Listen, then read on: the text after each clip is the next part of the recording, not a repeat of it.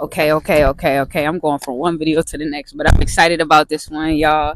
What's going on, you guys? My message today is this is do not cut this one carb out of your diet. Understand that if you're trying to get fit mentally, physically, but most importantly, spiritually, stay tuned for this right here.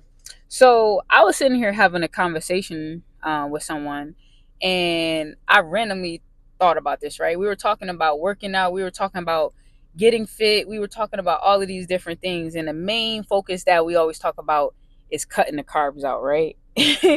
And then I came up with this joke, but it wasn't really a joke. I was like, wow.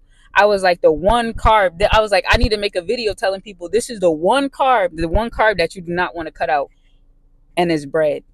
But it's not your ordinary bread. It's actually the same carb that God's been trying to get us to take in forever, right? Um, and so in the Bible, let's just go here to John 6:13, right? God actually describes himself as the bread of life. So, when in the world we look at bread can cause us to get, inflammation. It could cause us to get a spike in our insulin, all of these different things. But how is it so funny that the bread in heaven, the Christ-like bread, this is the bread of life. You need this to survive. So the very thing we're trying to cut out on the earth is the very thing that is essential to our survival in heaven. So, like I said, let's go to John 6:35. It says, I am the bread of life. Whoever comes to me will never be hungry again.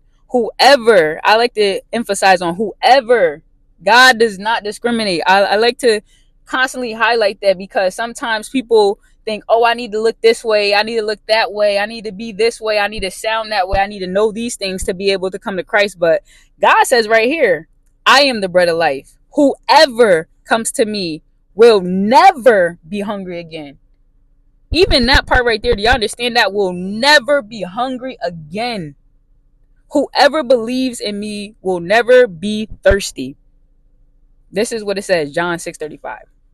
So the reason I wanted to share that is because this is the one bread that we should be taking in. This is the bread that we've been looking for. We've been taking in the wrong one, but this is the one we're looking for, the one where you won't be hungry again.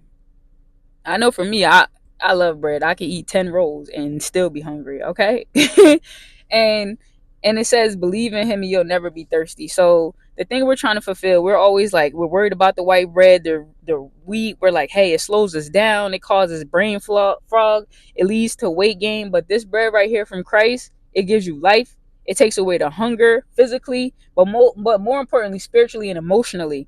That thing that we're looking for. Half the time I know I'm eating bread or eating those kind of things is because, you ever heard of the concept that they attach to that? Comfort food. I'm looking for comfort in those foods. But it's so funny because the same food that I'm looking for comfort in, God says or uses the analogy of himself to say he is that bread, and we should be taking in that bread to really find the fulfillment that we're looking for in external things.